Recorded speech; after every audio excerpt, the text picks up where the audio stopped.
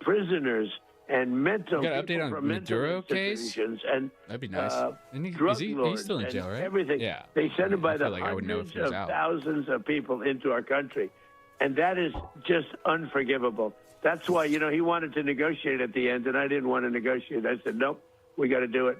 He was trying to negotiate at the I end. bet he probably was. saw that. He probably saw. And, He probably was. Trying hard to make a deal. And I said, and, this could have been a very foolish thing if it didn't work out. But I said, nope, we can't do it. What he did with drugs is bad. What he did with a lot of other things is bad. But what he did was sending hundreds of thousands of Tren de Aragua and drug dealers. And they emptied out their jails into our country. They emptied out, if you think about it, they emptied out all of their mental institutions into our country. Capturing Maduro was one of the coolest thing and badass and base things that Trump has done in his term. Building the military back up to the ability to be able to pull off a stunt like that is absolutely insane. And things you only see in movies or hear about like that from stories that people tell from when the military didn't go soft in DEI and just hire and conform to I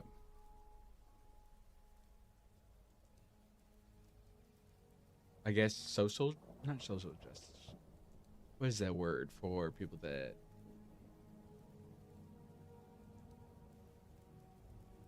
social politics?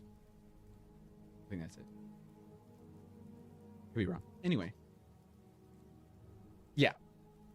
Before the military went into just being unruly and out of control, he brought it back and went straight into badass mode. Like, that's crazy. That's amazing. Like, and I don't think he gets enough credit for that, honestly. I just don't.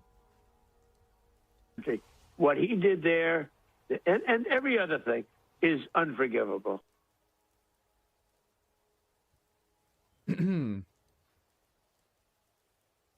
It seems like the people of Venezuela, it seems like they're happier. I mean, unless they're suppressing the news there. Could be. Who knows? But I feel like that not having a dictator rule over you is probably a good thing and makes your life better and easier. Less worry. That's what you should do.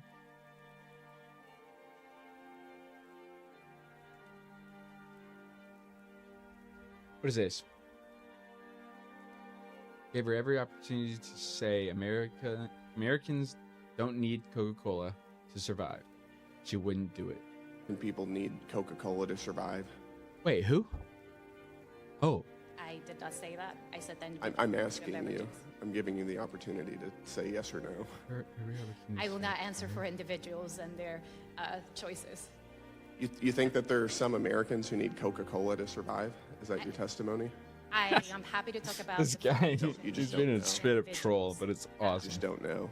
You don't know. I think most people can rationally say that you don't need Coca-Cola to survive. Yeah, that's Wouldn't true. you agree? These people can't say that because then I agree that we have these people feel like giving any kind of an inch is going to just make them look like a racist. It's going to make them look like they don't care about the individual person. It's going to make them look like they don't care about gay rights, gay activism. They don't care about abortion. They don't care about allowing illegal immigrants come in. It's going to look like that. It's going to make them look like that if they give just an inch. So that's why she can't say that. That's the reason. hunger crisis, and that we need to address it by ensuring that individuals have the food resource that they need. Got it. And one of those is sugary Coca-Cola. Sugary Coca-Cola, that's right. It's Coca-Cola to survive. It's crazy that they can't even say what isn't obvious, and like it shouldn't be a biased question at all whatsoever. It isn't. Any rational person can say, yeah, Coca-Cola is not necessary for people to survive. Yeah, they can say that.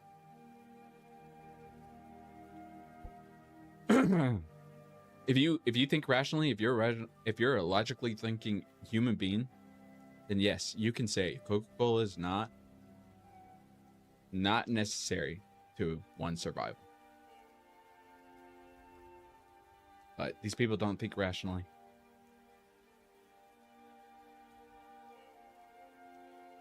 They only think of the bottom line and how to get themselves rich.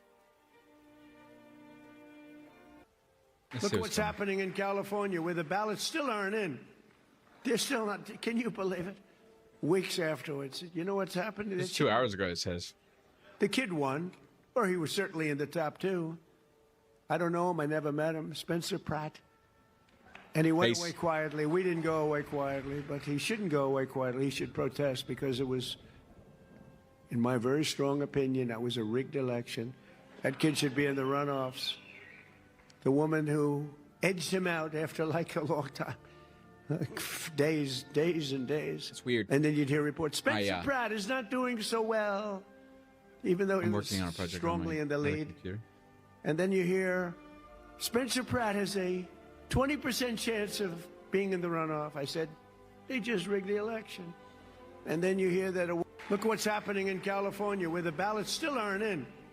Yeah, I don't know about all that. It's hard to prove that. I mean, honestly, California, who expects them not to do anything but cheat? I mean, I feel like it was, what is that called? Wishful thinking?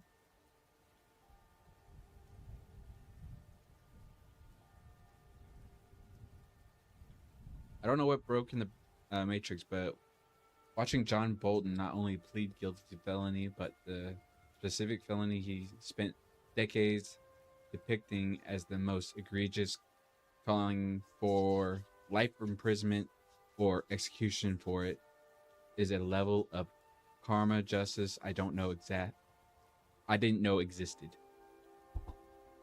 Whoa, what happened to John Bolton? Let's see. Then he has committed very serious crimes. This is a devastating indictment. I speak here as an alumnus of the Justice Department myself. I feel like I should know who this is. Not only is it powerful, it's very narrowly tailored. They didn't throw everything up against the wall to see what would stick. This really is a rifle shot, and I think it should be the end of Donald Trump's political career. Then he has committed very serious crimes. This Wait, is that him? Devastating indictment. Is that John Bolton? Here as an alumnus of the Justice Department myself. That's kind of hilarious, isn't it? Poetic.